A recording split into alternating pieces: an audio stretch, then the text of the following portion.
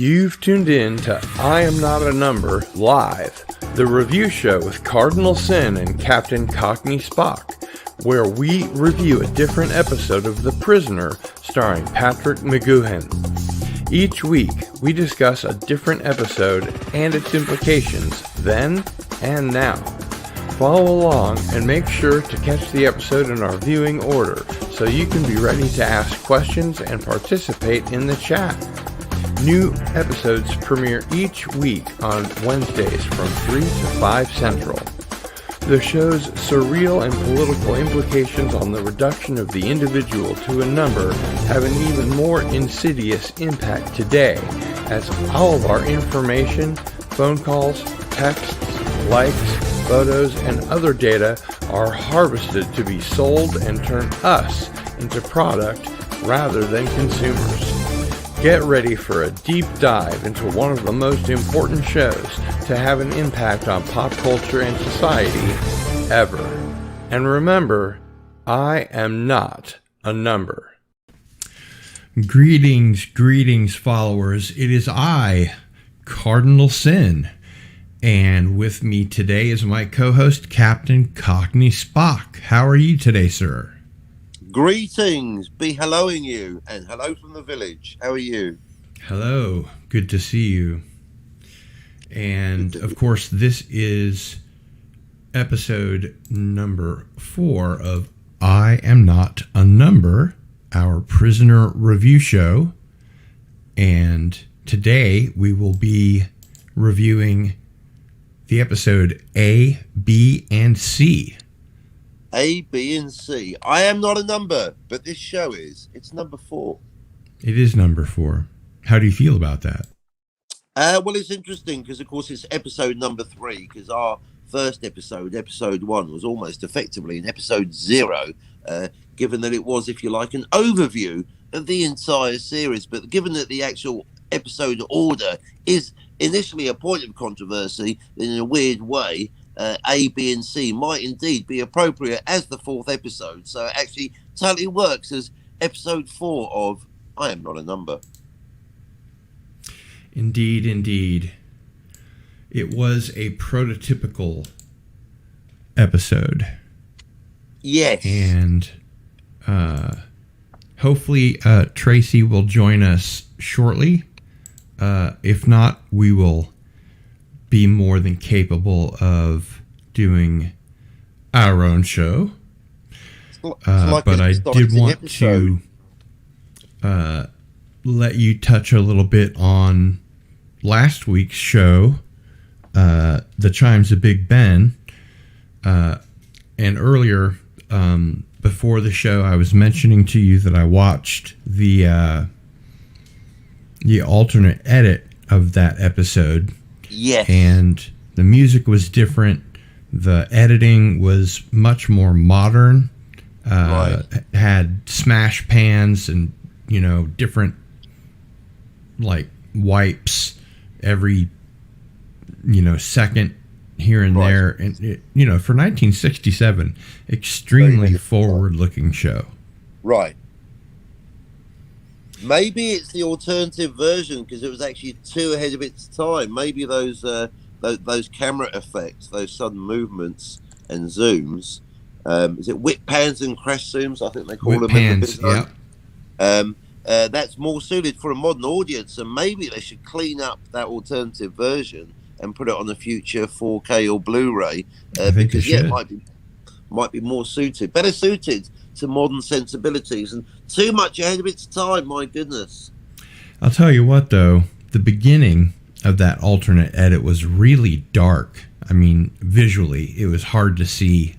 Right, not totally. And then it got brighter, but I think they could probably get around that by, substituting in one of the other introductions, since they're almost all identical.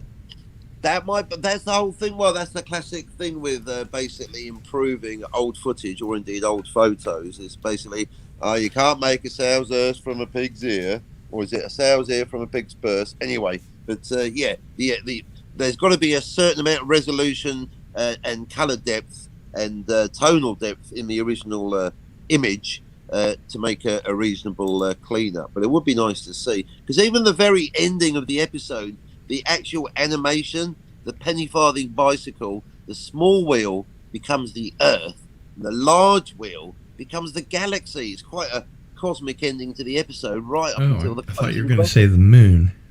Did you? Was it? Yeah. Well, was it the moon? It wasn't the moon, was it? Well, the small one, if it were the Earth, the big one wouldn't be the moon. That's no small moon.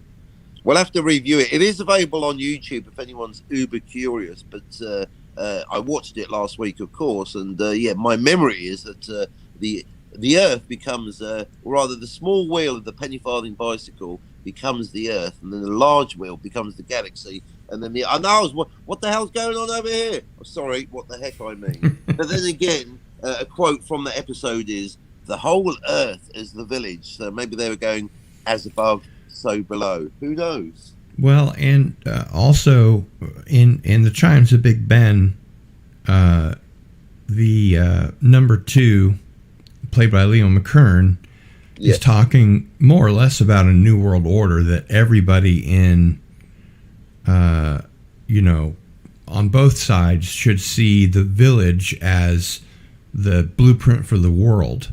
Yes. And that was kind of scary. Before we get out of control, I do want to highlight some comments here. Antiderivative Jill says, "I wish I could be here at the start of the show, but I just wanted to share one of my favorite lines of this episode. I'll be listening in the car." And she goes on to say, "We all have to make mistakes. We all have to make mistakes. Sometimes we have to. Number 14 knows it is wrong for her to test an untested experimental drug on number 6, and this is her admission." And the Stream Elements bot is here, but the Stream Elements tip jar is not. Not yet. So if you would like, you can tip me here at paypal.me/Gil and that's 100% secure. I don't see any of your credit card information or anything like that. So if you'd like to buy me a coffee or a pizza or tip me $1 or $2, you can do so that way. And then we also have Darth Haster is here. And Darth Haster says, "It is chilling how art imitates reality sometimes." Very true. And, of course, the one and only Keely Chow is here. Hail, Keely Chow. Darius Munchausen is here. He's ubiquitous. He's everywhere. It's Darius. Hailing you. Hail and Keely Chow. And not Brian Young is here. Hail, not Brian Young. Hail, not Brian Young. Not Brian Young from the chat says. The master of voices. And so let's go ahead and touch base a little bit on the Chimes of Big Ben. Yes. And finish up what the thoughts that you had last week were going to be. Yeah, thank you for that, Cardinal Sin, because to frame it, it's more of a thought about general plot structure, which just happens to be in that episode of The Prisoner, The Chimes of Big Ben. And maybe it was actually serendipity that we've had a week's delay, because that entire episode, if you haven't seen it, spoiler alert coming, you should by now have seen The Prisoner, The Chimes of Big Ben. If you haven't, close your ears now, because the whole thing, spoiler alert, the whole episode is predicated on a twist ending. And it got me thinking about the state. It's almost like a classic twist ending. It's simply you're spending the entire episode, you've been sent down the garden path, you're observing the whole thing a certain way, and then at the end it's like, haha, you think it was like this, but it's actually like this. But that's the beauty of rewatch value, because with The Prisoner, because with cheap twists, once you've had the twist, it's like, boom, I'm done. I can't watch it again. But such is the quality of The Prisoner, hence Cardinal Sin and I doing a show about it right now, is that you can rewatch the episode, The Chimes of Big Ben, knowing there's a twist coming and studying the whole thing for clues to see if there's any way you could have known that indeed there was a massive twist at the end of the episode. Indeed. And go ahead. Welcome to half a second of silence. That's enough. I'm jumping back in. So yeah, my further point is really, again, it's more about general twists, because we were discussing last week. I think you generally cannot see the twist coming. So in the sense of it's a good twist, I couldn't have seen it, then 10 out of 10. But it got me thinking that in writing terms, your ideal twist, you need little clues. You basically want to blindside the audience so they don't see it coming. But second time round, they need the clues so they can go, oh yes, it was this way the whole time. And I think in this particular episode, this particular example, they somewhat overcooked it. And I mean specifically, but this is, the context is the prisoner is working at, how dare I criticize the prisoner? The prisoner's working at such a high level, I'm going deep into it. And that's really, the only criticism I've got is the twist was too good. They didn't telegraph it enough. Maybe I was just too dumb to see it. So, mea culpa. But I think specifically, getting deep into the actual, suspension of disbelief, my favourite thing. Watching it from the point of view, the internal logic of the prisoner.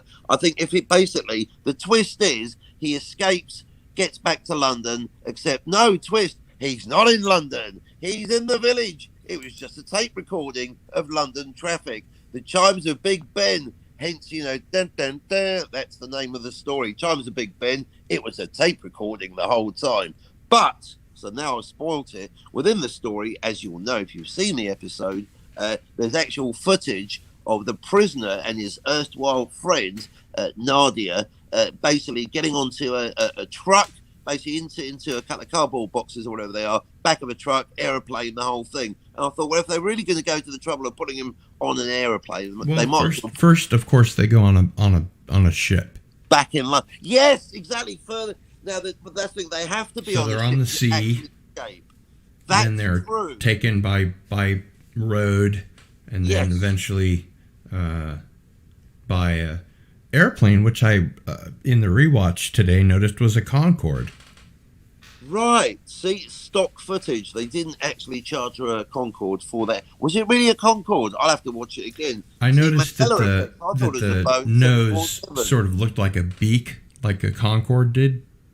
Do you know what? I'm going to say, who knows, because that could be meant, but I'm going to say that, that adds another layer of subterfuge, because, of course, a Concorde flying so fast was only suitable for transatlantic flights and further. If you took a Concorde from Poland to London, you'd actually arrive before you left and create a temporal anomaly. There you go, yeah. And Sherry is here and says, "Hail Cardinal Sin and Captain Deckard Spock." Hail. And various hails are going around with Cam. Hail Cam. Hail Cam. Excellent. Good. I suggested a bit of a raid on your channel with my pre-broadcast. That has worked. Welcome everyone. Brilliant. Yeah. Cam from the chat says. Oh yes. But yes, it was a really good episode, I think, of The Prisoner, The Chimes of Big Ben. Yes. And really sort of gives us an idea of what we're in for after arrival, obviously. That's another thing that was mentioned. And by the way, just to close that point about the plot twist, I'll be discussing the actual structure of the plot twist in my forthcoming show. Captain Cockney Spock discusses plot structure, the plot twist. But keeping it onto the Cardinal. That was also mentioned on your show last week. This is a clue that we're seeing them out of the intended or indeed filmed order, because although it is ostensibly, and indeed according to us now, the second episode, The Chimes of Big Ben, it is he's a bit too comfortable. It feels like a later episode. In fact, you've even got the plot counterpoint of indeed Nadia, number 8, although she turns out to be actually a double agent, as it were.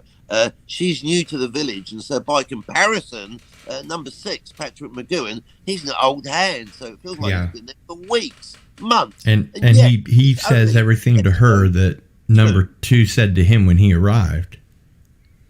You know, where am I? The village, all that sort of thing. That's right. Who are these people? Why are they here? Why are you? Exactly. Exactly.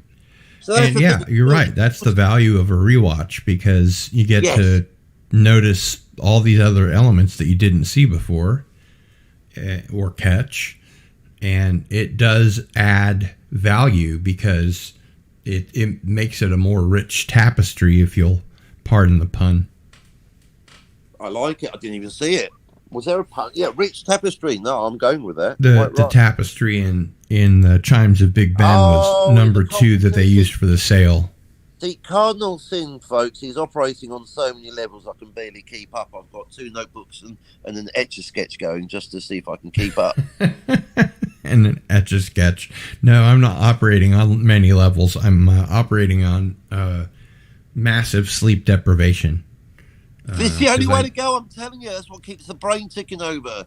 I knew if I tried to sleep before the show that I'd just fall asleep and not wake up. So right, yeah, that's a mistake I have made in the past. Admittedly, that's right. That's as soon as I was awoken this morning. That's it. I'm up, and I think that's actually conducive. That's a nice segue into the episode, Cardinal Sin, because indeed, although it's not specifically sleep deprivation, in fact, he's literally drugged with, I don't know, drugs, bit vague, but he is indeed in an altered mind state. So sleep deprivation. He's drugged with all kinds of drugs in this episode. Yes, not including, or rather including, but not limited to, a cup of tea. Or hot cocoa. I'm not sure yet.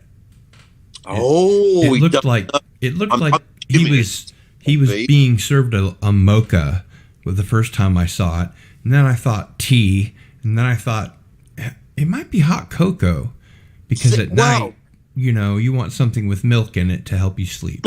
Speaking of pun not intended, I mean, maybe I'm overanalyzing it, but that's the thing with a prisoner. It's like Kubrick. You don't know if he meant it or not, because obviously with the old British accent, we call it a mocker. And of course, the whole thing, the prisoner, it is a mocker, isn't it? A mockery of a real village. So are you mods or are you rockers? We're mockers. Mods and rockers. Well, that's right. Mods in the chat and mockers. That's right. A mocker for number 6 to mock him. Brilliant. A mocker for the mocker. I seem to remember the phrase being used, putting the mockers on something, or don't put the mockers on something.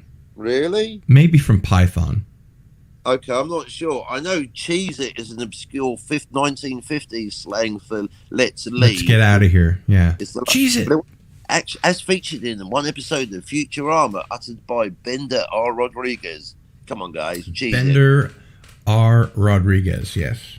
Indeed. My hero. I wonder if Futurama did a takeoff on The Prisoner. Well, I guess they did one on The Simpsons, so that probably covers it. Anyway, we've wasted almost 20 minutes. Filled valuably with memories that will be pinging around the brains of all our listeners for days, weeks, months, years to come. We've really got to set their brains alight with deep insights. But yeah, we've wasted 20 minutes. Let's dive in. And, for some reason, this episode feels like a classic Doctor Who episode in parts. Okay. It's more surreal. It's more plays on the science fiction aspects, doesn't it? It does, but there's also sort of the wobbly sets, and you can see, the camera is attached to a table that number 2 is pressing on and then leaves, and the camera almost bobs a little bit. You're speaking of poor production values. Yeah. Right. That's why I say it feels like a classic Doctor Who episode. Okay, I thought you meant tonally or plot-wise, but you meant because of the dodgy lighting and the bad camera work and the bloody plastic sets. Oh, now I know what you mean. Well, now you mention it, this week's number 2, he's got a telephone that's so huge, it made me think of that comedian, Dom Jolly. You know that one? With the 3-foot-long telephone, or 1.5 meters, depending on which system you use. Hello! I'm on the phone. It was almost Python-esque. in its Yeah. surrealism, isn't it? A huge, almost like a Dali lobster, wasn't it? That huge fucking red telephone. That thing was bigger than his head. Yeah, it was huge. So we come to the third episode of The Prisoner, A, B, and C. Yes. And one thing I noticed, Captain, is both on Amazon and on my Blu-ray set, the order in which we are watching is the same. So there is a consistency across physical media. Yes, and Amazon. Okay, so we can call that. Oh yeah, that's digital media, isn't it? So we can call the that. A&E DVD order is the same so far as the first 4 episodes on the Blu-rays that I have and on Amazon. Okay, because I'm staying deliberately ignorant of the Clobbering Times order and the Burnett As order, just out of respect. Which is just silly, if you ask me. If you don't start with Arrival, then you got something wrong with you. Oh, you got to start with Arrival. That is locked in. Arrival locked in, and the double bill for the final. That is, those 3 should be set in concrete. If you're not starting and finishing with those 3 episodes, you're crazier than we are. Yeah, and that's saying something. So Indeed. This episode features the use of drugs and induced dreams projected on a screen, and all years before the term virtual reality or artificial reality were used, even in a literary science fiction way. Yes.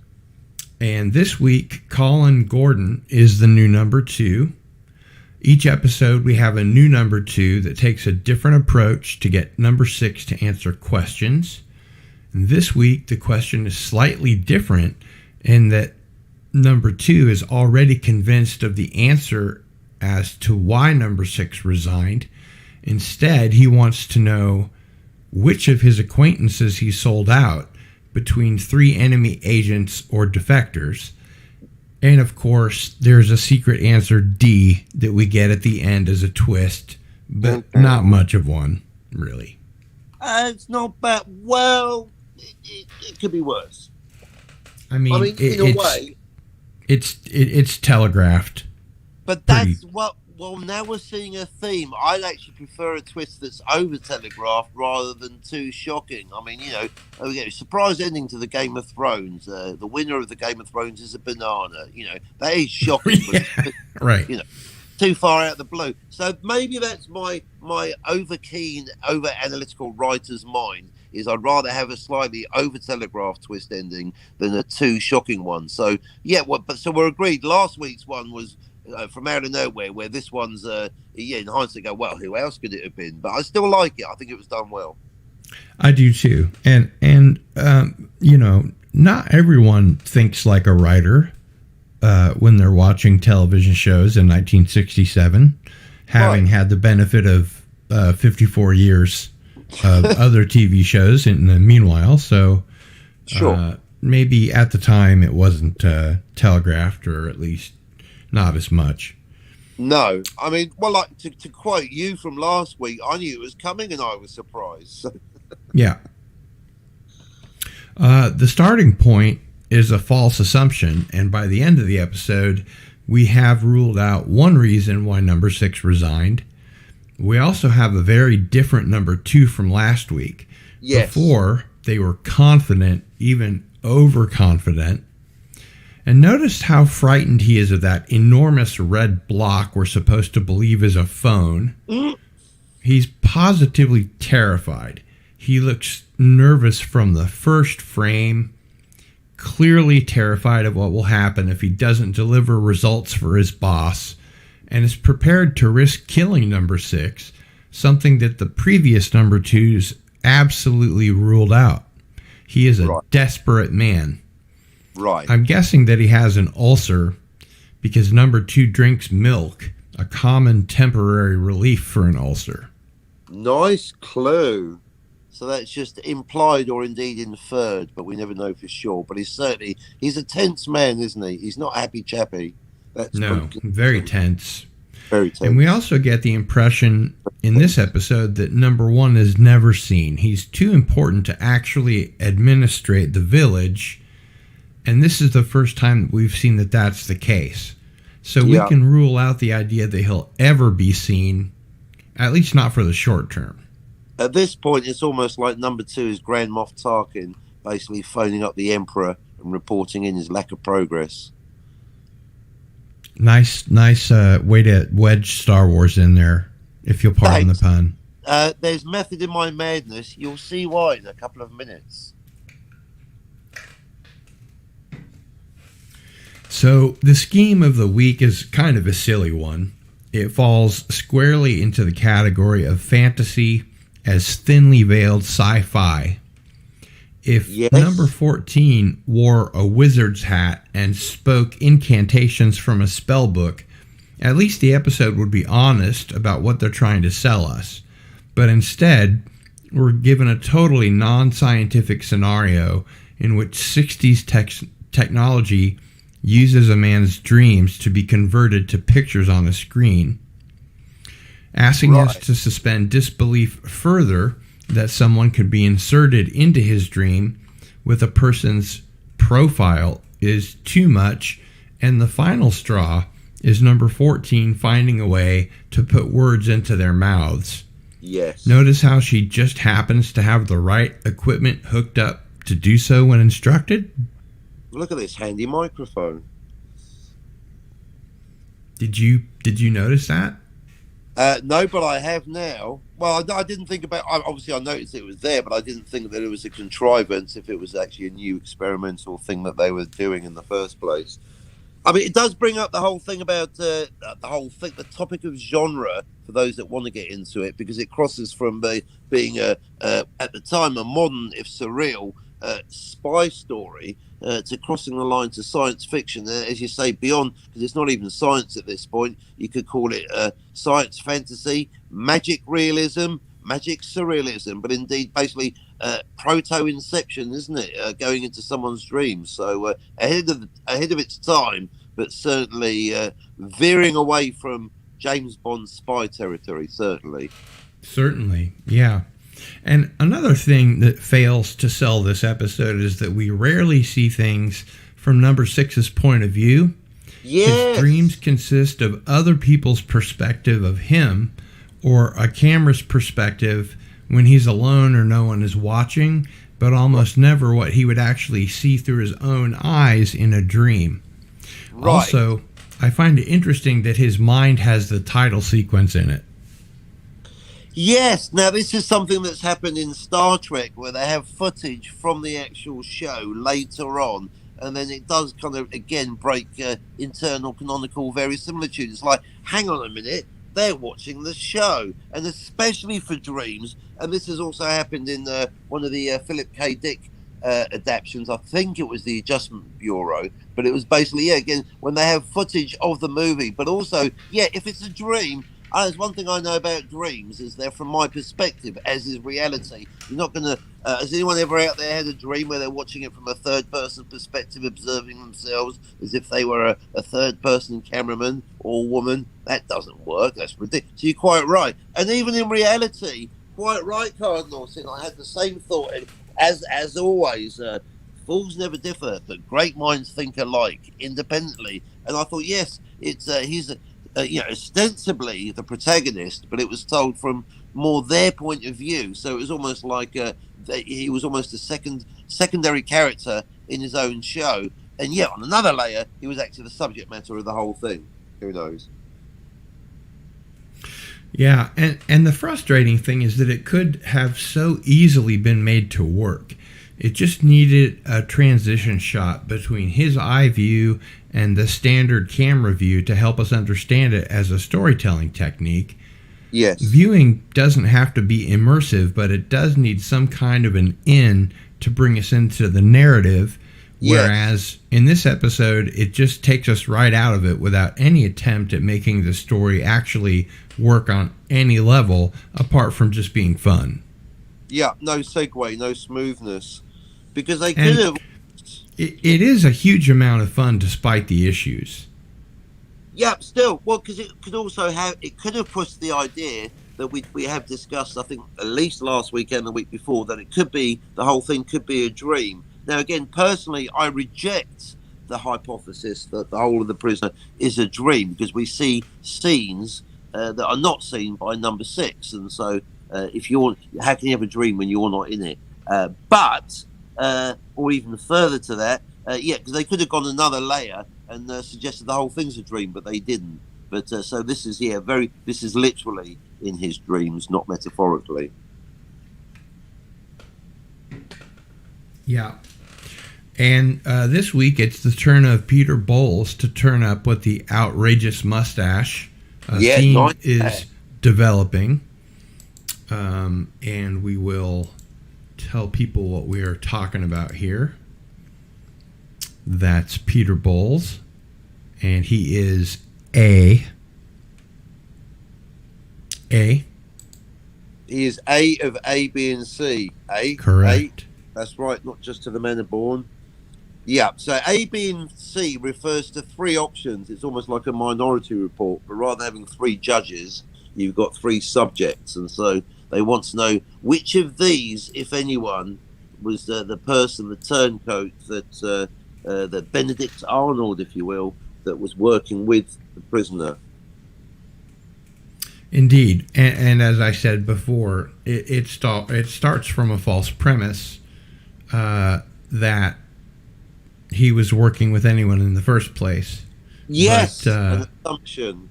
We'll get there in time. Indeed.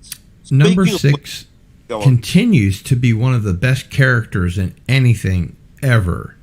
Just look at the way he straightens his bow tie, a Bond-like swagger with his bow ties are cool look. Yeah. Patrick McGowan communicates number 6's thoughts with every little subtle change of expression.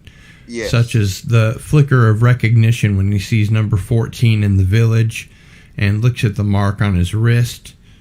You can see the cogs whirring, and yet he is amazingly calm, observant, and astute. No wonder number 2 looks nervous.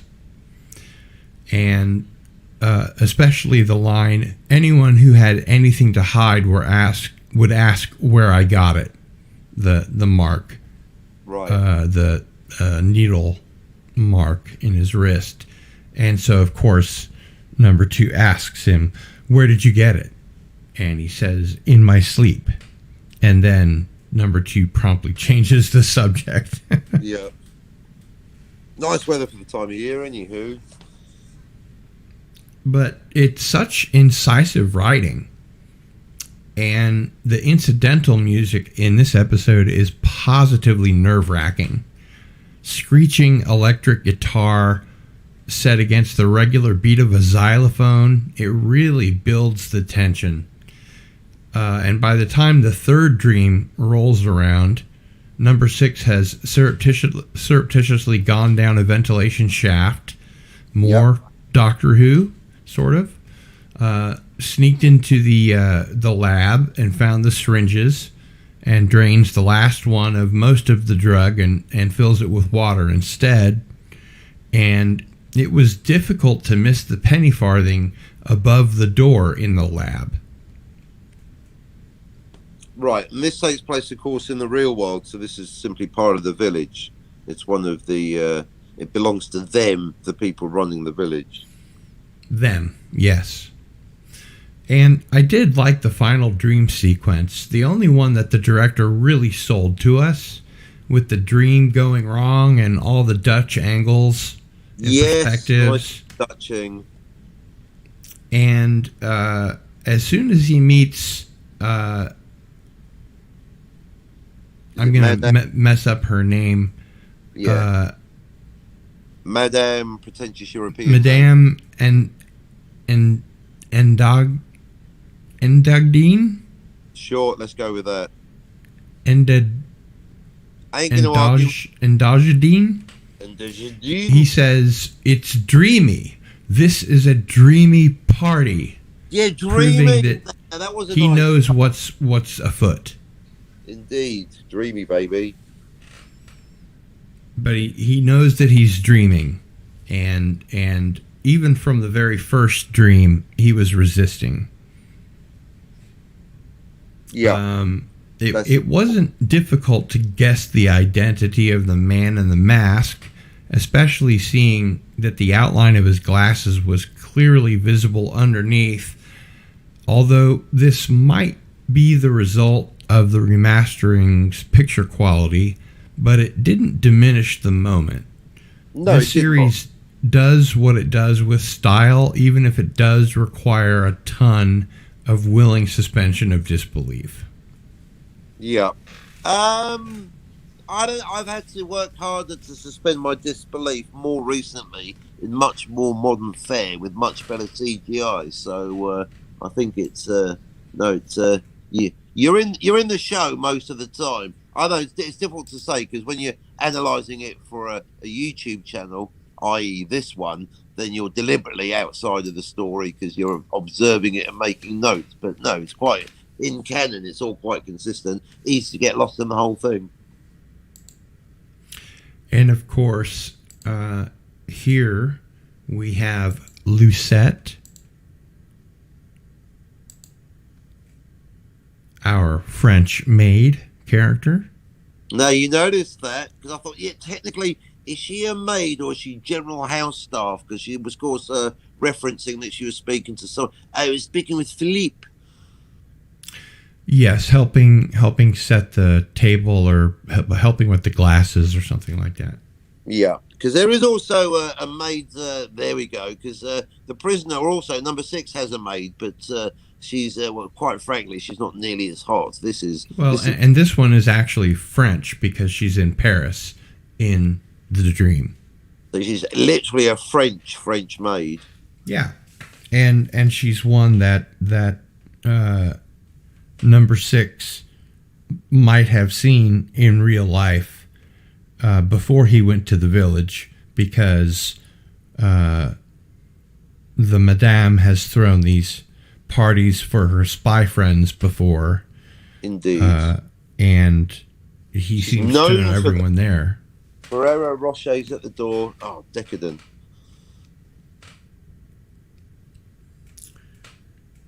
So... I mean, you can leave that on screen for the whole hour. I don't care. I know.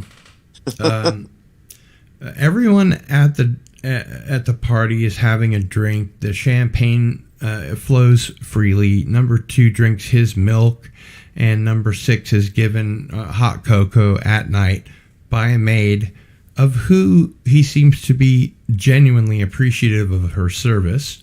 Yep. Of course, it's drugged.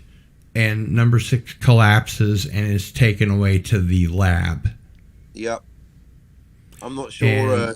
I'm not sure quite what he was drugged with, but I've been drugged with the same thing. Very instant. You barely got time to realise you're getting knocked out. Buff. You're done. It's some sort of roofies.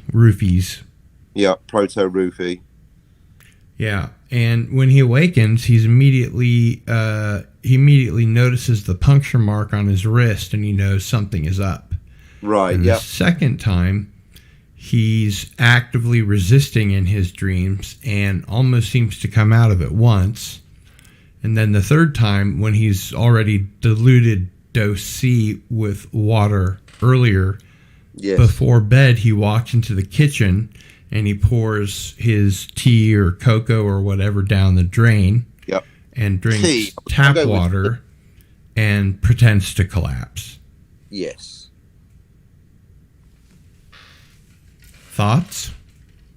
I really focused on why he was drinking the tap water. Is that they needed to see they must have had the camera on the back of him. I guess they needed to see him drinking. So the assumption is, if the subterfuge works, they did not see him pouring away the tea, or indeed mocha, or whatever it was. And then I guess the drinking action was to impersonate drinking the tea, right? The hot beverage that was drugged, but actually poured down the sink. Yeah, and then he drinks the tap water and collapses anyway. Whether they drugged the tap water or whether he just pretended to, I guess, is up to the viewer. Back in those days, you could drink the tap water. I mean, clearly the village isn't in Flint, Michigan, is it? No. It's not even in Wales. No, it's certainly not in Poland because it'd be an hour in the future.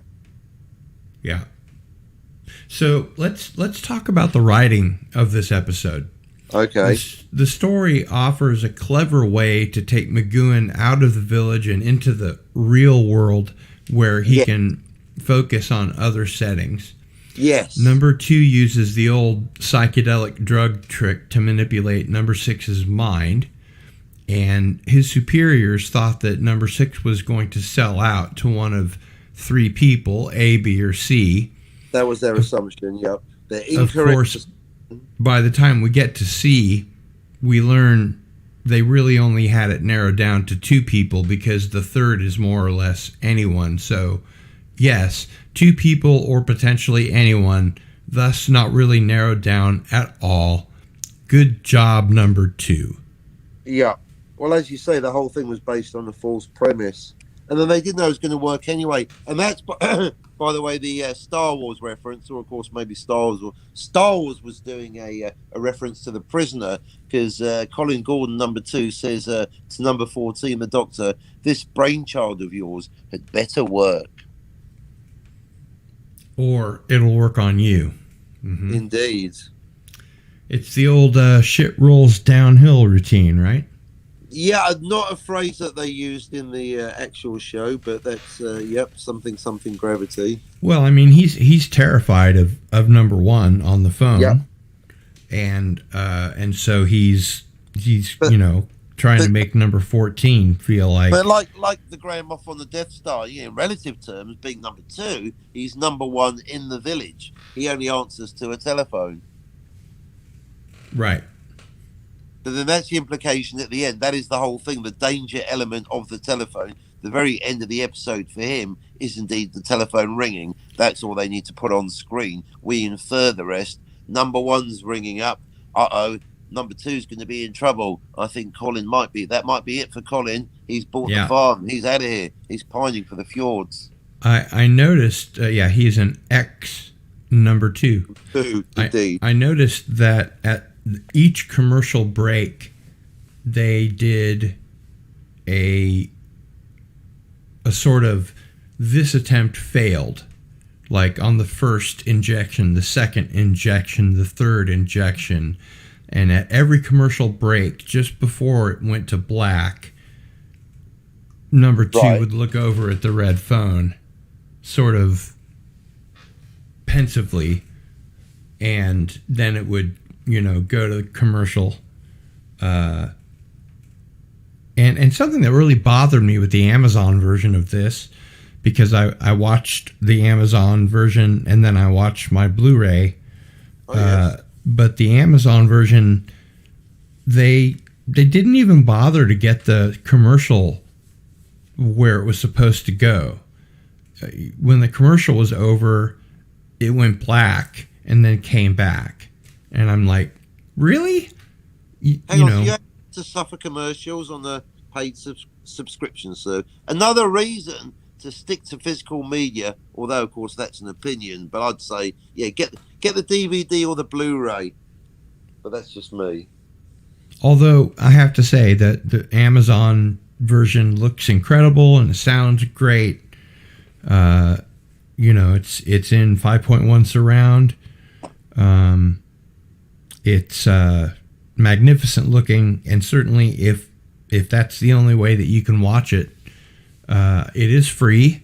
You have to deal with the commercials, but hence the commercials. If it's free, okay, there is. I'd rather watch the outstanding quality and have to suffer through a couple of commercials every 15 minutes or whatever than watch an old dodgy print, right? Oh, well, that's like a false equivalency. But yeah, of course, I'd rather have an old cheese sandwich than a smack in the face, but I'd still rather have a steak dinner than an old cheese sandwich. So no, DVD all the way for me. Indeed. And I worked on this really hard earlier. Madame hard to pronounce his name. Jadine's party is a happy place, unlike the oppressiveness of the village.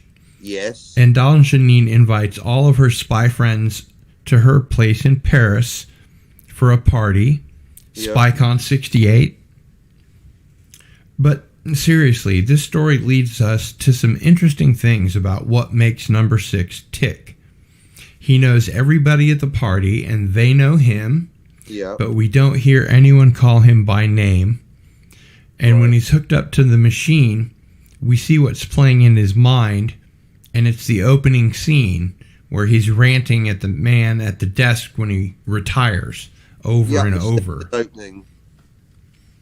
And because like the A-Team, the prisoner starts every week with a recap of a kind of effective origin story, although unlike the A-Team, there's no narration or indeed Mr. T. Previously on The Prisoner.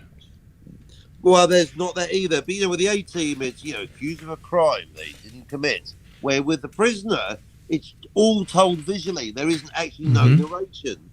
There isn't, a man fed up, a man on the edge. They could have done one, but they didn't. It's all done through visual. Oh, thank goodness. Yeah, because it's a visual medium and it's visual storytelling. There you go. Well, tell that to the A-Team. So indeed, the prisoner superior.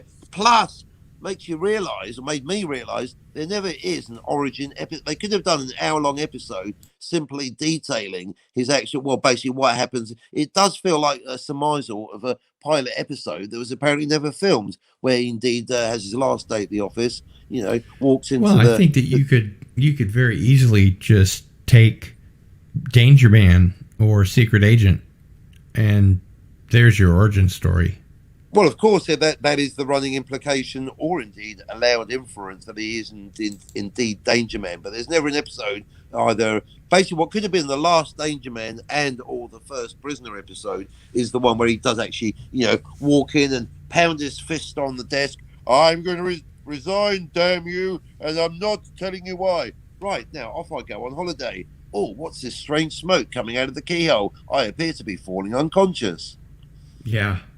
And in the alternate edit of the Chimes of Big Ben, I noticed that the opening music, the opening theme, especially during that part where the fog is coming in and you see the prisoner sort of, realize that he's about to be made unconscious, and his eyes kind of go back and forth, and then you see the skyscrapers kind of do this thing. The music was a lot more appropriate to that, when the buildings are going back and forth, the music is kind of going, so that was interesting. The music's good at building tension, very discordant, isn't it? Not exactly easy listening. No. And so this opening plays over and over, and number 2 says he's very single-minded. And this leads to a far more interesting reply from number 14. I sometimes think he's not human. And according to number 6, last week, number 14 was an old lady in a wheelchair. So what would lead number 14 to suspect anything of number 6 at all? What opinion could she even begin to form of number 6 in a week? How long could she possibly have known him? Or perhaps she knows of him? Maybe. Not the same thing as knowing him, though, isn't it? Just reputation. Yeah. I mean, obviously by the end of the episode, she's flying out, getting ready to go. Yeah. She's doing better than number 2.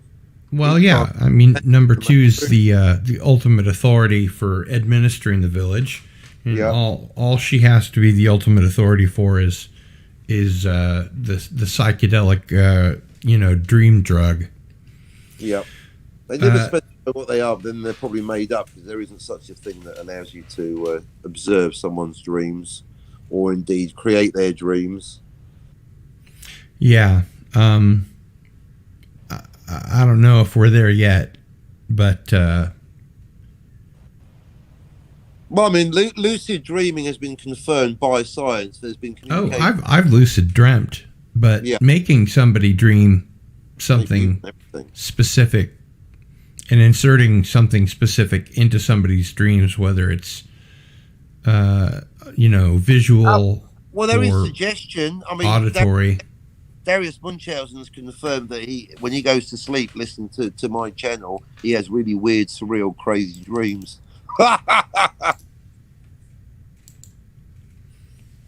Let's see here.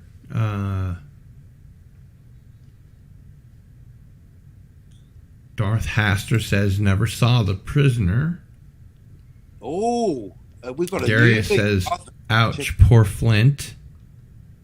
Indeed. Well, that's right. It bears mentioning. Exactly. Shout out to the people of Flint. Amazing patients. When are they going to fix that? Put that in the structure package. Anyway, moving on. No politics. And hail to low spec Linux laptop, who says The Prisoner is great. Agreed. And Darth Haster says, prediction much. Amen. And I should watch. Agreed. And where could I watch? Blu-ray. Amazon. Got it. Thank you. No, Blu-ray. Haster, no, do the Blu-ray. And Michael Beacom is here and says, hi, sorry, late today. Good to see you, Michael Beacom. And Darius, of course, agrees and says, it's true. It's true. All of it.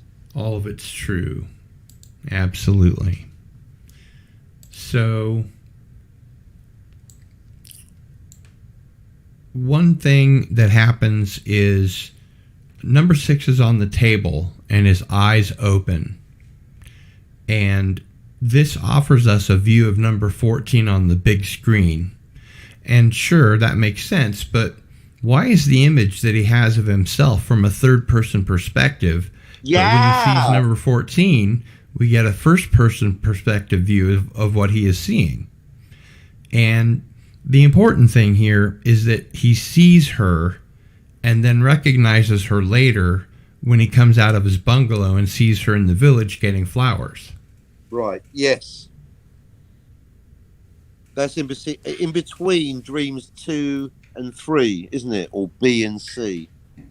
I think it might even be between 1 and 2. Really? Yeah. Because it's surely between the second and third dream that he swaps out the drug, whatever it is, from the hypodermic needle and replaces it with the water, unless he starts to follow her between dreams 1 and 2, or indeed A and B. As you say. And here we have Madame Ondageny. That's the one. I ain't even going to try and pronounce that name. Chewy. Madame Chewy. And she's the hostess of the party.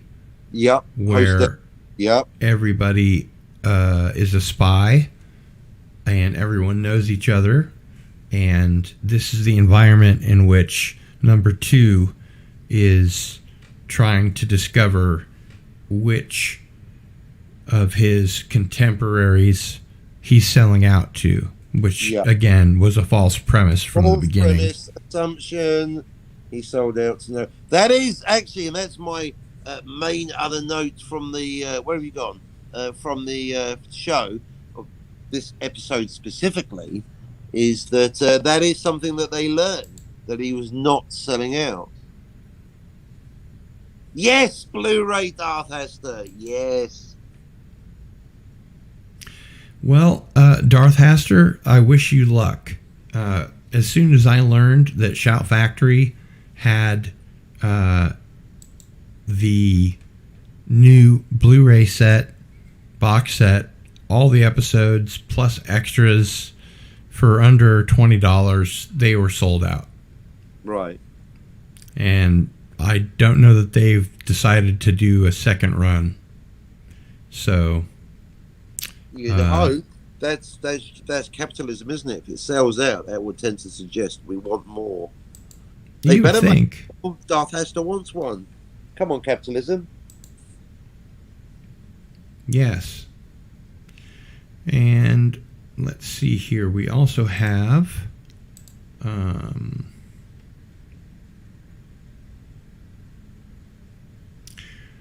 let's see here. This is B. We never mentioned, but B is never mentioned by name in the episode. She's played by Annette Carell, no relation to Steve. But this is the one where they use the phone to speak the actual lines that she will say. Like, they'll kill me if you don't make a swap, if you don't tell me why you resigned. Right. And he starts asking her questions about, like, I mean, if you think about that logic, her husband and her son, and they can't dig up the information quickly enough.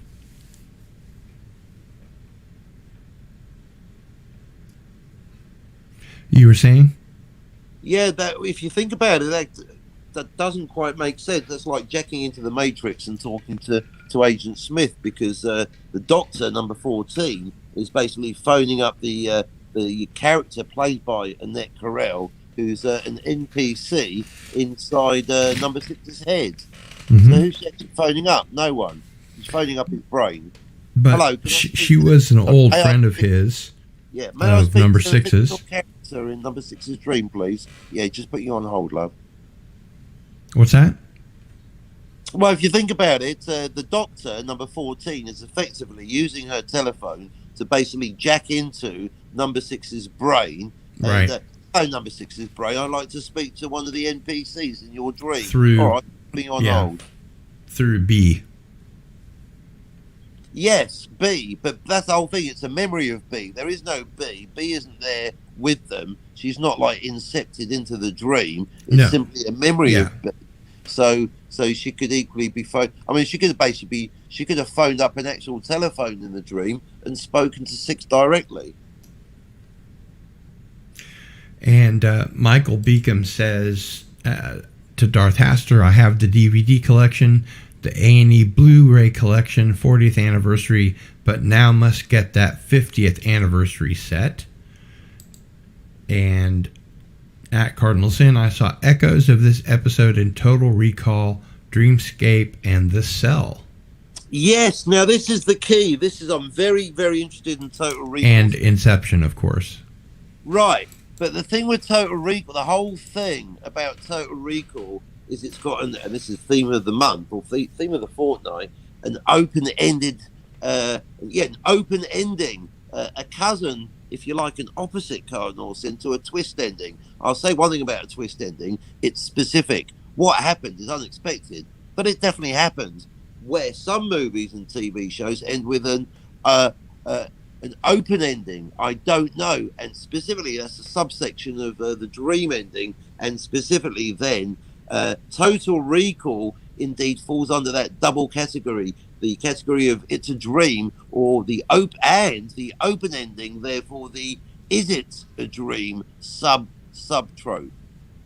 Yeah, the Philip K. Dick different levels of reality, and how many levels of reality are there, and is it real or is it Memorex? Well, then you go into the old transmedia verisimilitude question, because in the book, this is like a cousin of the Blade Runner question, because in the short story by Philip K. Dick, we can remember it for you wholesale. There's another layer to that question of whether the whole thing's a dream. Which I ordered today, actually.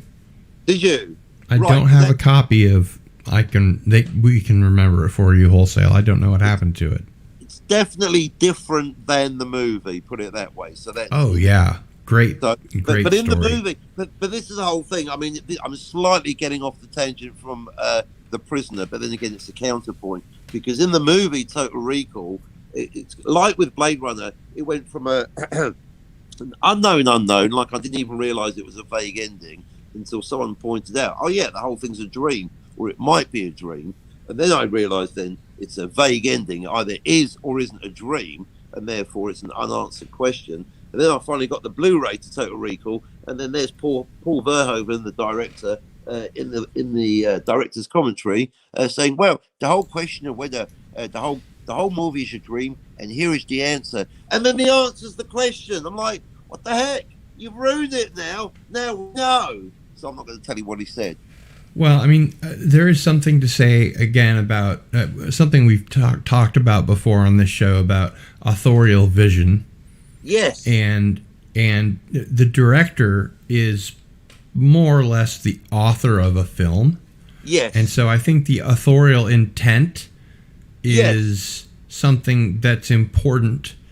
Yes, but agreed. But otherwise, even the director shouldn't ruin an open-ended movie. That's the whole thing, and that's why it's getting away from The Prisoner. But that's why there's a difference between a standard ending, a twist ending, a dream ending, and a vague ending, and indeed a vague dream ending. It is a dream, or it isn't a dream. We don't know, but we know that we don't know. It's a known unknown ending. Boom. But with The Prisoner, that's the whole thing. They don't do that. It's almost surprising because they're so good at doing twists that if they were ever going to do an episode that could suggest the entire series is a dream, it would have been that one. And they don't. So I'm accidentally making a point. I think this supports the idea that although it's interesting to think The Prisoner could be a dream, I think that is not Patrick McGowan's intent. Oh, not at all. It will be headcanon.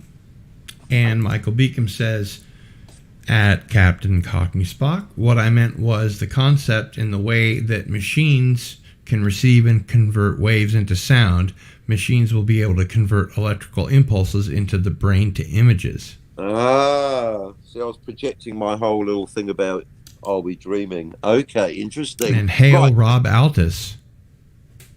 Boom, they're coming in thick and fast. Hail thee, Rob Altus. And also, Michael Beacom says, but no, I do not believe that the entire Prisoner is a dream. All right, we're agreed on that. Because I would agree on that. Standard twist, you can not standard, but it's there. It's not quite a cliche, but definitely a trope. But yeah. I mean, this is definitely mostly a dream episode. We see plenty of evidence, but perhaps none greater than leaving a nighttime party with Andanjanine, driving in broad daylight and opening the doors of a church to look into a nighttime courtyard, but have the dream aspect is significant if one considers that everyone seems to know about his pending vacation. And he even says, have you the feeling that you're being manipulated? Even at the parties in his dreams, number 6 knows that something is wrong. Yes, increasingly peaking at the third one where he knows he's dreaming. It's effectively a lucid dream. Well, and that's because he didn't. He didn't take the whatever it was. He didn't drink the Kool-Aid. Well, he diluted the drug just enough to make it look like, that the drug was there. Right, that's actually a good point. A nice detail there, Cardinal said. He didn't replace it entirely. He diluted it, so there was some effect. But even when it was the full drug, he knew. He knew that something was afoot, and he was able to get out of it. And here, of course, is number 14, as you call her, the doctor, in the lab, and. Then this is what she looks like when she's just out in the village. Yeah, her village clothes with the village people. And the YMCA, yes. I didn't want to say it first. And then, of course, here we have the terrified number 2. Well, I guess last week they were in the Navy. Anyway. In the Navy. But yeah, this number two, as you say, is very tense, isn't it? There's that one where he's pacing in front of the. I like the way, yeah. There's that one scene where the prisoner, knowing he's been filmed, basically looks at the camera, but he's seeing you almost as if he's addressing number two deliberately and directly. Absolutely, he was. I mean, I don't think there's any doubt. Right. Okay. Doubt removed. I thought that was my own special inference. See, I doubt everything. I can't tell these days. Implication from inference, what you're supposed to pick up on. Well, that goes back to authorial intent. Yes, but that's the thing, because on a show like The Prisoner, like with Kubrick, it's working on so many levels. Anything that looks like a tiny irrelevant detail or especially a mistake, when it's a normal show, you're like, yeah, that's... Daenerys is not meant to be drinking a coffee from a local coffee establishment. That's clearly not canon. But if for an accidental coffee cup in The Prisoner, I'd be like, that shit's deliberate. It must mean something. That's not coffee. It's lemonade. And as we've mentioned in previous episodes, in The Prisoner, they take Chekhov's gun very seriously. You don't see anything in this show that isn't supposed to be there. That doesn't play into the story. They take Chekhov's gun more seriously than Star Trek does. That's right. Yeah. Especially new Star Trek. Indeed. See what I did there? I've always wanted to do, if I ever wrote an episode of Star Trek, it would be original Star Trek and something to do with Chekhov's gun. I can't resist it. And this is the lady at the casino that gives number 6 her earring and tells him to put it on number 6. And then... Yeah, the of course, it ends up on number 6, and when he looks around to give her winnings, she's gone. But when he looks back, there's a key on the number, and that's his winnings. And the groupier, I think, is what it's called. The guy that spins the roulette wheel, he gives him the key or points at it and says something in French. Yeah, do you know what it was in the French? I did not. My French is pretty limited. I took 2 weeks of French in high school before I dropped out. So yeah, all I know is tu es la plus belle fille sur la terre. That's all I need to know. Unfortunately, at that time, it was the first time I was really enjoying high school, because my high school was on a really serious authority kick. They had drug sniffing dogs and random locker checks, and they had a security guard who went by the name of Rick Deckard. That's the name that's familiar. Yeah, none of us would know what that was. And he was a total jerk.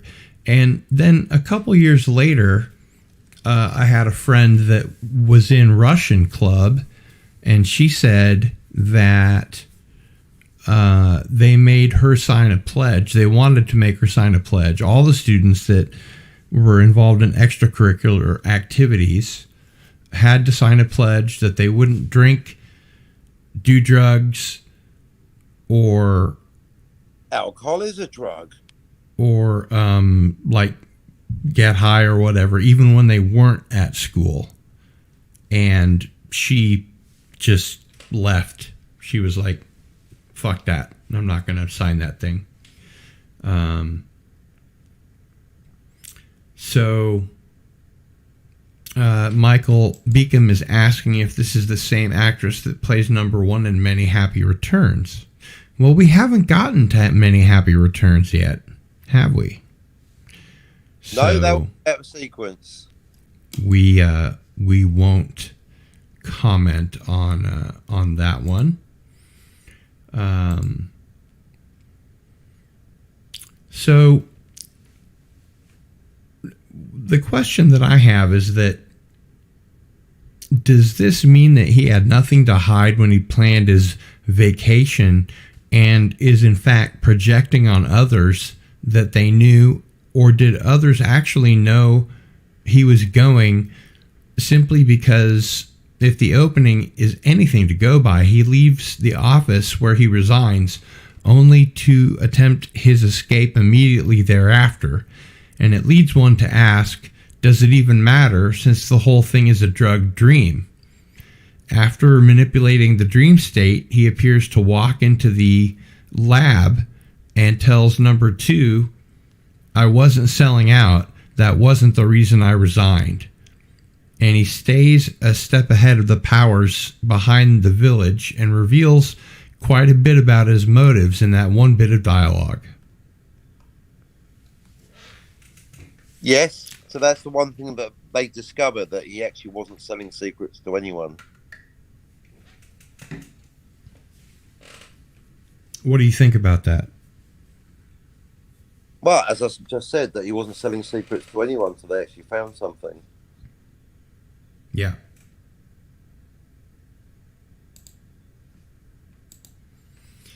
And let's see here. We have our terrified number 2 at work.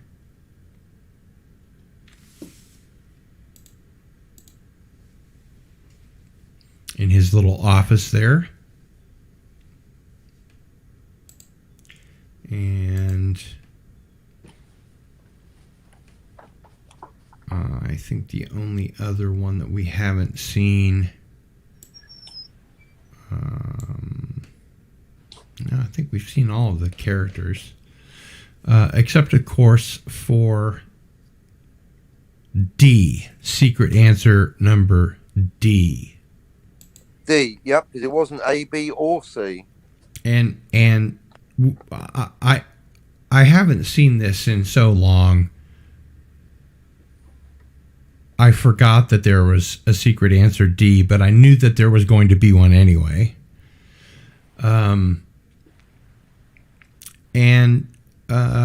When he follows number 14, it should have come as a surprise that no one saw him, because the village is under ultra high surveillance. There should be no way for number 6 to follow number 14 without number 2 seeing at least some of his sneaking around. Exactly. Notice that number 2 in a rage yells, "Doesn't he ever get tired?" as he watches number 6 on his walk. So complete is his level of surveillance. So why didn't anyone notice number 6 following number 14? No one saw him get into the lab? Wasn't the lab under surveillance? It must have been watched all the time based on the final image of the episode. Number 2 tells number 14, "Your drug failed," and she replies, "No, he succeeded." And then, realizing his failure, number 2 looks in terror at the red phone, which begins to ring, and someone knows of his failure, and they're not happy.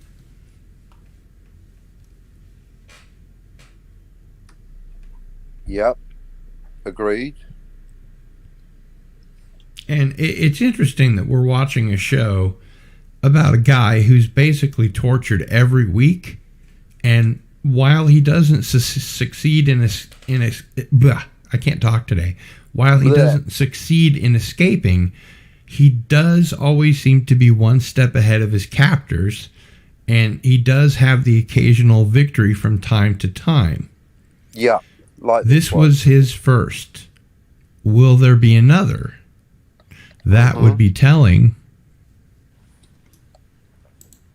Nicely put. Thank you. And let's see. Darius Munchausen is spoiling things for us by saying it appears it was the same actress. Georgina Cookson. Darius goes on to say Mrs. Butterworth, number 2 in Many Happy Returns, and Blonde Lady in A, B, and C. Thanks very much for spoiling that, Darius. Yep, there's been a debate in prisoner communities if she is the same person or if they just reused an available actress. And I think I can answer that one because that's a key issue. Go on. as we mentioned last week, the casting director in The Prisoner was the same one as the one in Danger Man or Secret Agent, depending on which side of the pond you're on. And they did use a lot of the same actors, but they made them do something quirky or different to differentiate, one role from the other. Yeah, I think it's dangerous when you overlap actors with characters, and that's what happens on a show like The Prisoner, and you get confused because you don't know if they're doing it on purpose, and that's exactly what's happened. Yeah, and Darius Munchausen says, I don't think it spoils the viewing experience. Well, it does for me. Speak for yourself, Darius. It totally does for me. I just came off a show where someone's claiming that there's 7 different James Bonds and always have been. That's what happens when you mess around playing with the actors, with the characters. It doesn't work. There are 7 different James Bond movies in the original Casino Royale. In just one movie. No, I'm talking about the fact that that Roger Moore is not Sean Connery and is not Pierce Brosnan. Yeah, but you're not taking into account Woody Allen and David Niven and Ursula Andress, etc., etc. How dare you? I'm totally taking them into account. That's what I'm saying. Oh, then I missed your point. I'm sorry. Yeah, I think you did. James Bond is played by several different actors. In one movie? Yeah, but I'm saying across several movies. Right. Right. I mean, there's no disagreement with that. But now it's like one of those things you don't realise it's an issue until you bring it up. But as recently as this, as half an hour before the start of your show, another channel, our show, was saying that as far as he's concerned, there's 7 different people, or however many. Basically, each actor represents a different character in the fictional universe, and therefore, unlike the books where there's one James Bond, this person's saying that in the movies there's several different James Bonds. And I was thinking, that's not canon, and that's the complexity that you get into when you start messing with the fact that one character should be played by one actor, or the opposite problem when you've got Harrison Ford playing Indiana Jones and then Rick Deckard and then Han Solo. I mean, that's called the acting business. But, or in Game of Thrones, less famously, there's 3 people playing the Mountain. Ultimately, it's not an issue. Or two different actors playing Dario. That was an issue. They didn't even give them the same haircut. And in a show like that's the thing. When it's Game of Thrones, you're like, well, they just don't care. It's Dave and Dan. But with The Prisoner, because it's such a clever show, when they do things like that, having one actress play different roles, when it's a show like The Prisoner, are they being lazy? Or does it mean something? It's totally an issue. It does make you wonder about things like that. Yeah, you can't brush it under the carpet. I think with The Prisoner, especially since we know that the casting director was the same as the one from Secret Agent or Danger Man, right, and that they did reuse a lot of the same actors, but also that Patrick McGoohan insisted that if they used the same actors from the previous show, that they make them quirky or make them do something different or weird that would differentiate them from that other character. Right. Which I think is completely legit. Because, like, for example, there's different people playing number 2, but that's like because there's different number 2s. They are actually different people. Leo McKern is clearly a different actual person in the show from this week's number 2. Yeah, and Darius brings up a good point, that James Cromwell played Prime Minister Nayrock, Jaglom Shrek, Minister Hanok, and Zephram Cochrane across Star Trek. See? And Michael Beacom says, at Captain Cockney Spock, as long as you're not showing 7 James Bonds all in the same movie, no overlap. Well, that is what happened with the original Casino Royale. In fact, I think there were more than 7 James Bonds in that movie. Ultimately, it's a matter of personal taste, and I'm just coming to the conscious realization recently, this week, that having more than one person play James Bond is a problem. It's always been a problem. It's been a problem since the 1970s when I was growing up watching James Bond. Might not be a problem for you out there in the audience, but it's a problem for me.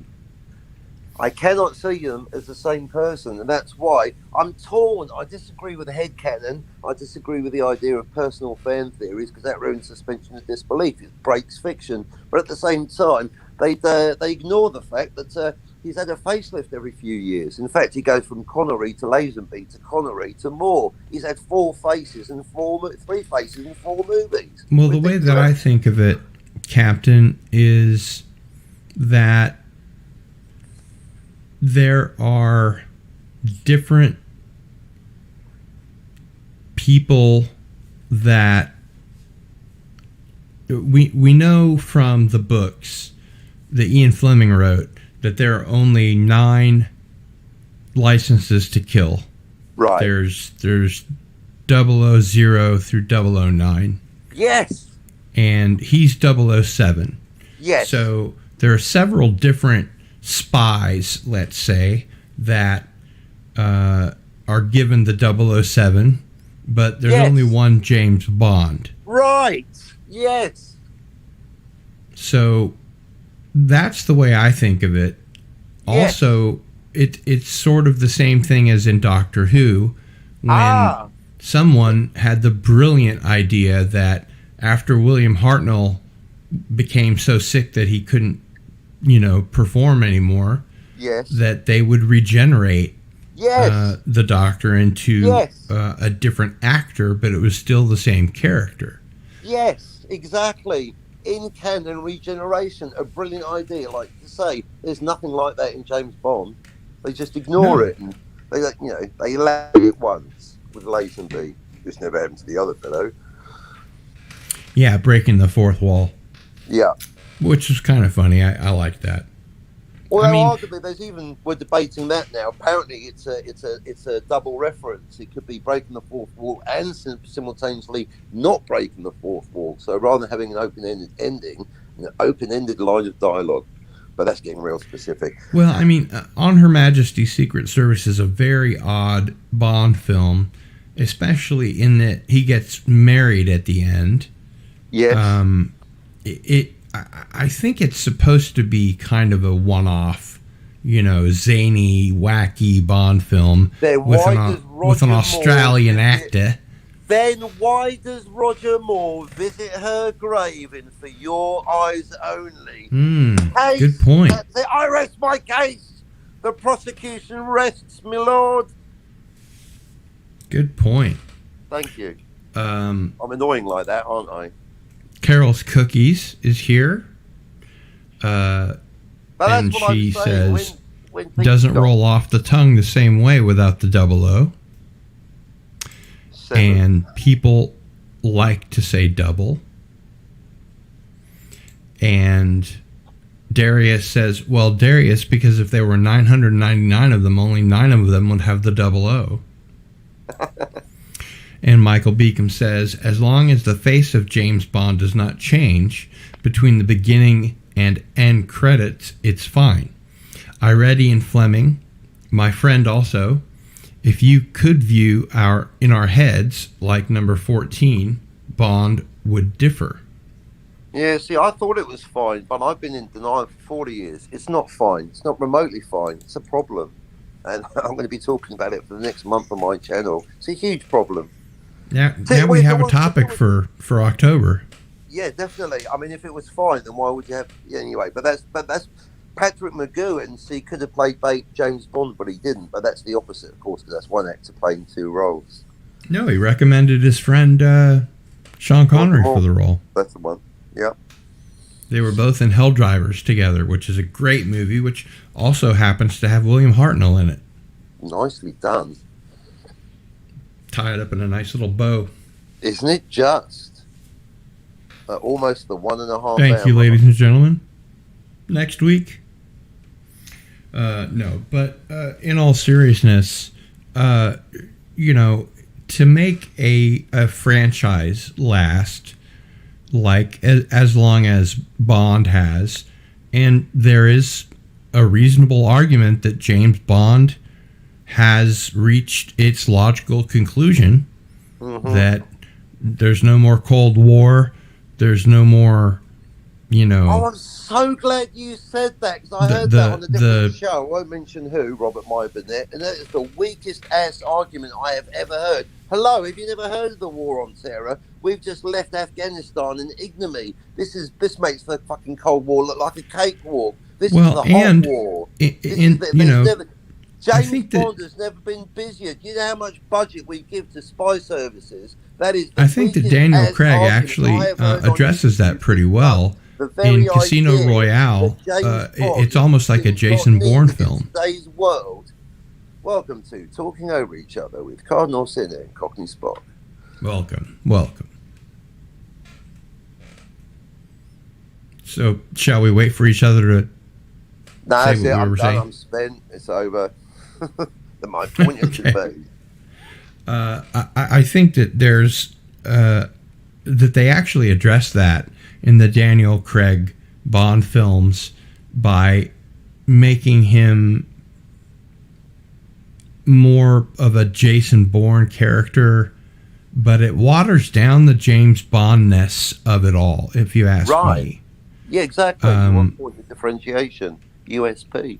All the personal stories, all of Bond's failures, you know, in the Daniel Craig films, just aren't very James Bond, really. So while he's a great actor and he's certainly performed Bond very well, I think at the time they were also looking at casting Henry Cavill, who he's been rumored would have been a very good Bond. I think that maybe he's too old at this point, but he would have been a good choice as well.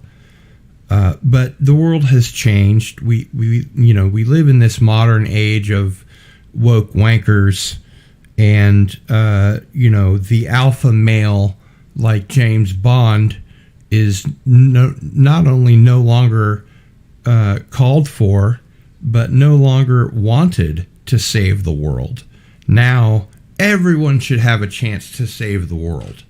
You know, everyone should get a participation trophy for scuba diving into a Russian submarine and taking out the one-eyed, terrorist or whatever. It's ridiculous. Yeah.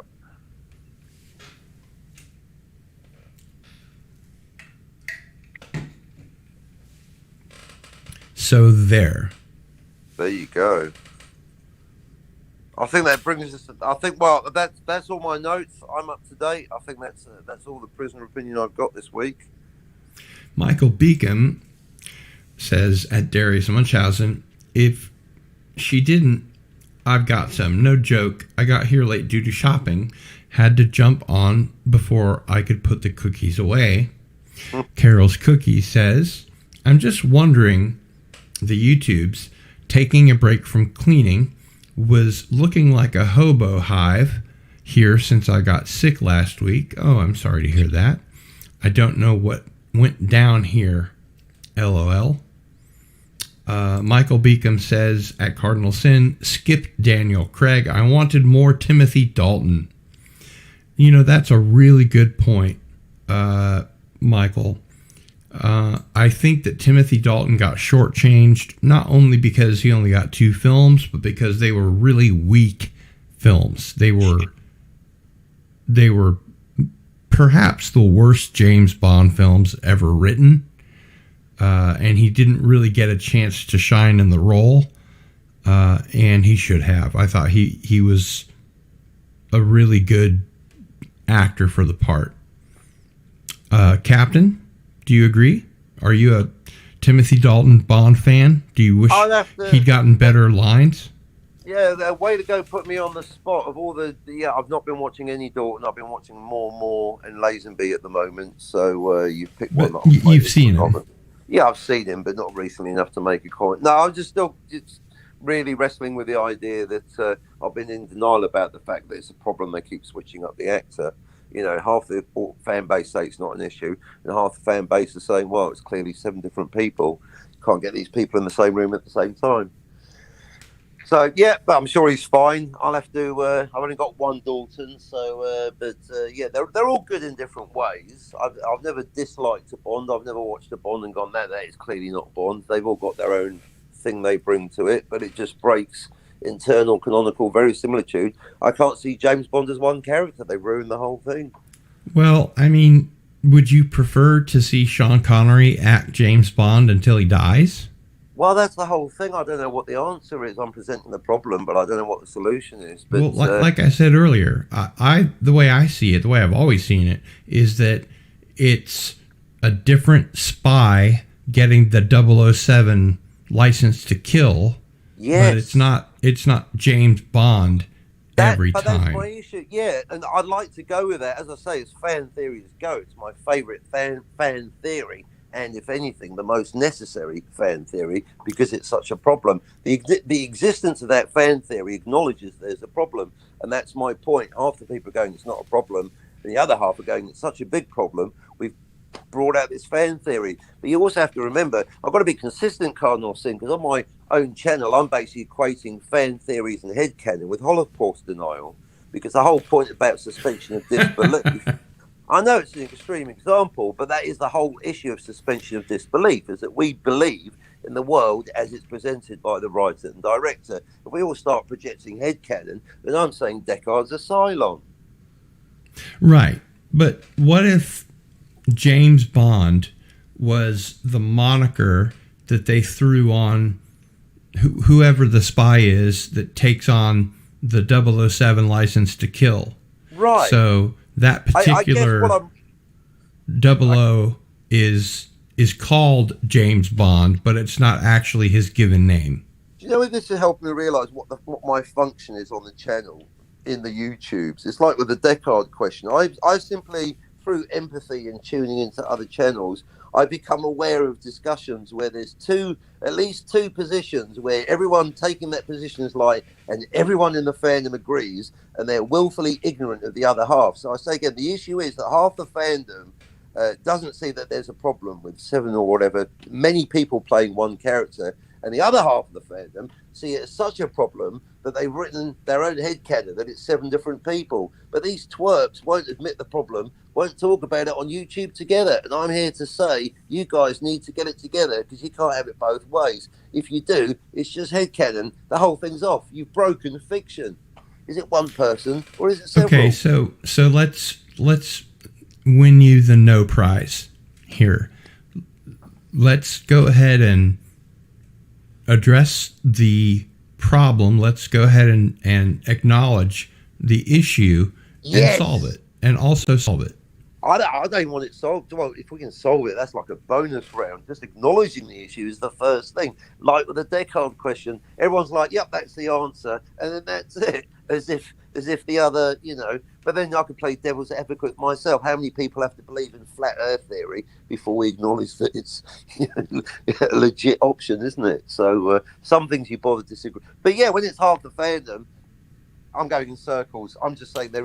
Fuck the fandom. Let's just solve the problem between the two of us. Like, for instance, I think I won the no prize by saying, yes, there are all these different actors who played the roles. So, the experiment in the mind would be to say the different spies, as they retire, give up that 007 license to kill. Yeah. The next one that gets it is a 007 and is also called James Bond. So why is Roger Moore visiting the grave of the wife of George Lazenby? That's a very good point.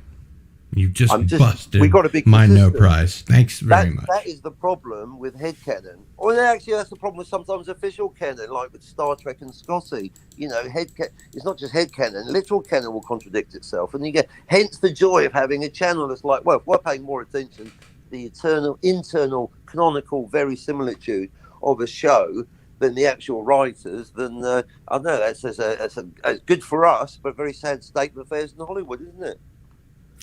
And Michael Beacom says, Henry Cavill, too old. Did you see Octopussy in View to a Kill? Quite right. He was and looking continues, a bit past it in Moonraker. License to Kill and Living Daylights, worse. Did you see Octopussy in View to a Kill? All right. Yes, I'll go ahead and I'll acknowledge that I was wrong about that. What I meant to say was that Timothy Dalton really got a short shrift because if he'd gotten, let's say, even Goldeneye, he would have blown it out of the water. It's just the writing in those movies was subpar compared to Connery and Moore, and he just deserved better, I think. Well, writing is an issue because given that, Moonraker is the one I saw most recently 2 days ago, and that's the first one I saw in the theater. Right, and it's not there is a book called Moonraker, but the story it's not really based on anything by Ian Fleming. It's pretty much made up, right? Now, The World Is Not Enough, I thought was a really good story, you know. Let's talk about that then. Jonathan Pryce was the perfect Bond villain, especially for the modern age. Michael Beacom also says, Hamlet has been portrayed by actors for over 400 years. Are you saying that the first one is the only one and no one else can play Hamlet? If the first to play Bond must be the only, that's Barry Nelson. He's got you there. That's a very disingenuous argument, because Hamlet is one play. And of course, if there were 30,000 different versions of Dr. No, then I would welcome 30,000 different people playing James Bond, because it's the same story. No, tut, Michael Beacon, very disingenuous. It's not the same thing at all. You're asking me to believe a continuing series is one person. Hamlet can be played by multiple people at different times because it's one story. But thank you, that's good. Now we understand the difference. Yeah, if we were going to have a new version of Dr. No every year, then I'd welcome. Well, that's what Never Say Never Again was. Well, that version of Dr. No.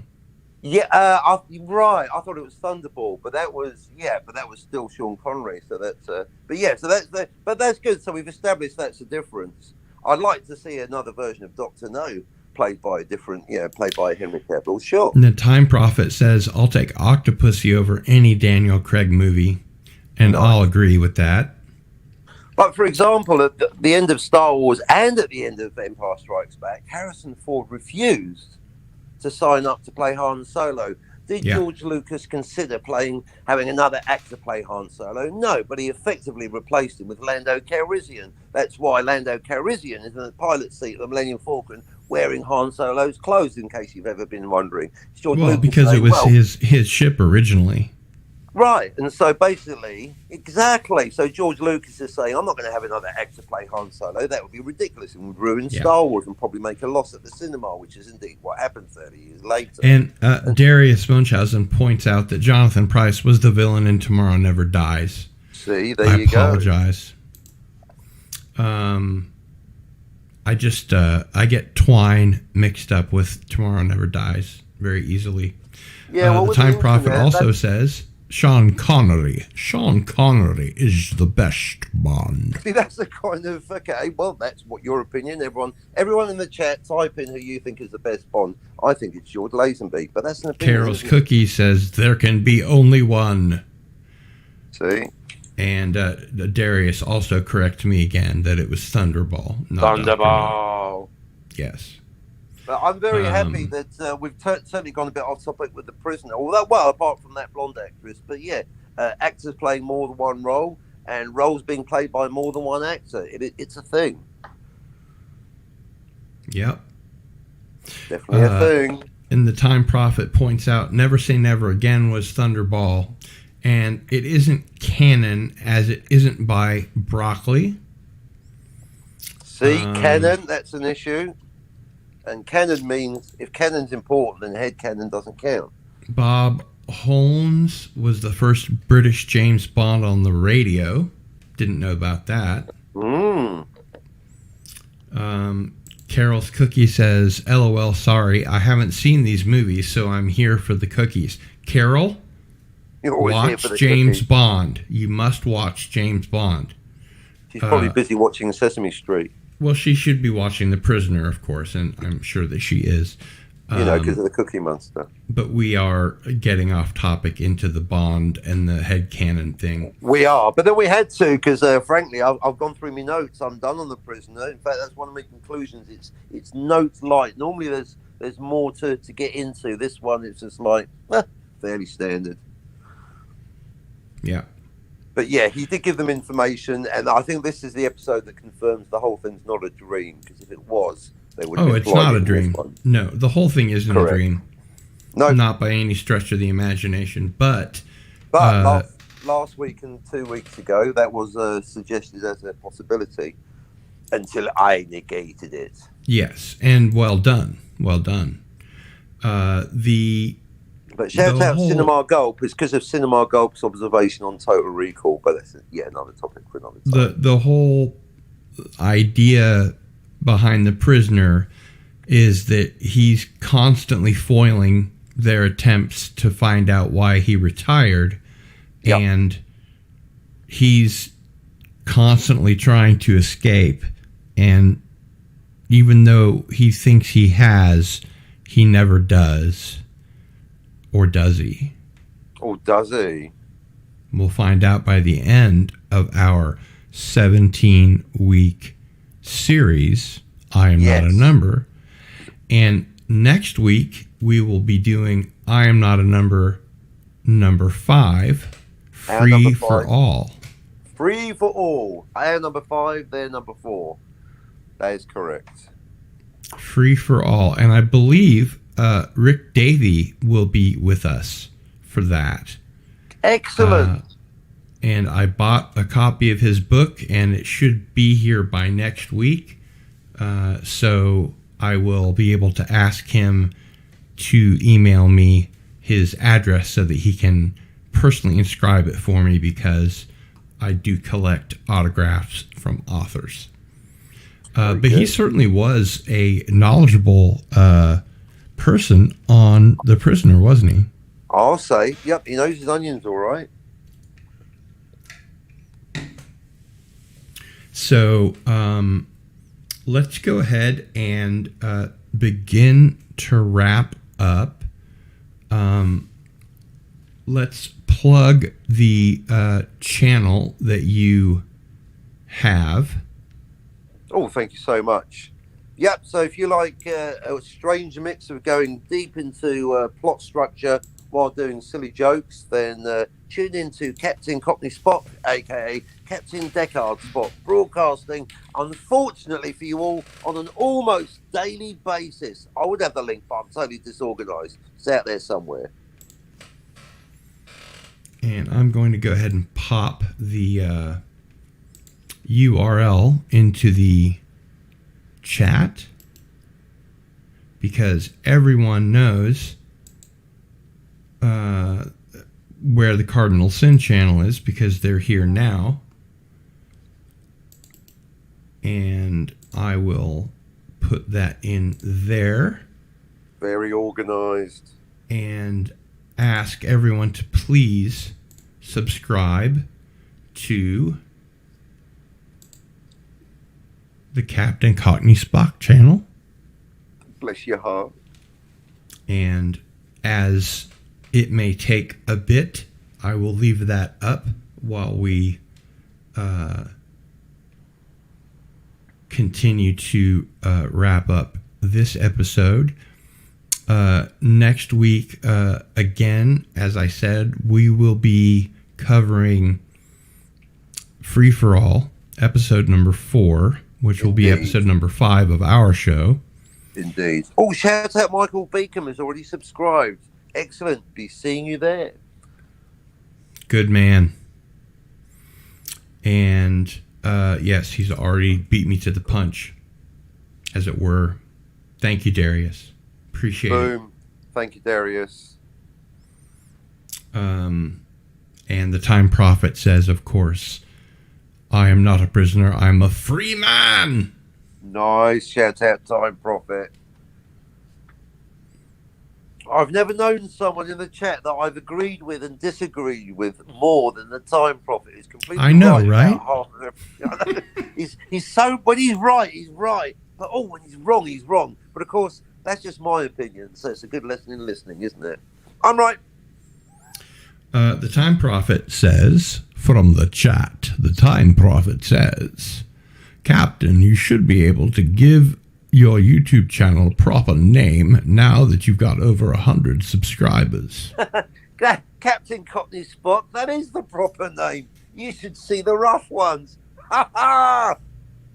And of course, what he's referring to is after you get 100 subscribers, you can standardize your URL. For instance, mine is youtube.com/Cardinal Sin. Oh, silly me! I'm missing a trick there, aren't I? Amateur hour. I'll get. So I'll get a fluff. He's done you a bit of a favor, hasn't he? Hasn't he? As he so often does. Thank you once again. The prophet of time. And Darius says, Bitte schön, Cardinal Sin. Nice. Michael Beacom says, at the Time Prophet, it's been my motto since 11 years old. Das ist gut, ja? Das ist gut. Well, you have a good rest of your day and night. I'm going to try and rationalize spending $50 for a pair of goggles. Wow, I hope they're good goggles. And the Time Prophet says, Captain, I mean your link. Yes, I think we covered that. We're on the same page now. And Darius asks, will there be a return to the name Captain Cockney Spock? Yeah, even when I spell it Deckard, it's pronounced Cockney. I guess that's for right. branding. It's a silent Deckard. Yeah, pretty much. Yeah, Captain Cockney Spock. I am going back and forth a little bit between Cockney and Deckard because I'm so known for being obsessed with the Deckard question, but the Cockney because obviously because I was born in Poland. I did try my hardest. I gave it my best effort, Captain, to get Robert Meyer Burnett and Doomcock in the same channel to debate their positions on the is Deckard a human or a replicant question. And as I believe I mentioned to you before, Doomcock said refused. No. And wouldn't even consider the idea, which is, his prerogative. Yeah, and absolutely. Robert Meyer Burnett, when I told him that Doomcock refused, had some unkind words to say. Not about Doomcock. They were just unkind words. Yeah. Well, that means that he welcomes the idea. That's the positive. So shout out, happy for that. But I can understand Doomcock too. I'm getting like that on time travel. It's like, well, I've been researching this for decades. I've made a video about it. I've got nothing to say. It's not a debate. I'm right, and that's it. So, in a way, I agree because that's how I feel about time travel. But the thing is about the Deckard position. That's the whole thing, like the James Bond now we're discovering with the Deckard question. Doomcock and Burnett have completely opposing views, and they're intractable, and that's the whole thing. So we just have to accept that they both clearly think the other's a fool. But then, of course, you've got Christopher Drinker throwing his hat in the ring just as recently as a week ago, saying that he's saying two things. If anything, he's a replicant, so in a way closer to Doomcock. But also, Christopher Drinker said, like Gary, the question should never be answered. Strong disagree. I've been thinking about it for a week. No, the question should be answered. That's the whole point. If there shouldn't be an answer, then there's no debate. If there's no debate, then what have we been debating for the last 40 years? Any movie with a vague ending... Captain, can you tell us what the Time Prophet has put on the screen? He says, A, Polska, świetnie. Well, I didn't know what. O, ty mówi po polsku? Rozumiesz po polsku? Well, time profit. What does it mean? It means up your bum. No, it means Polish, really good. Or Poland, really good, actually, Polska. So Poland's great. Something like that. I see. Michael Beacom says to me that Doomcock put all that into a video fully explaining his position, so he's done. And if you want to see what he thinks, just view the video. Yeah. I have seen the video. I saw it the day it came out, actually. Yeah.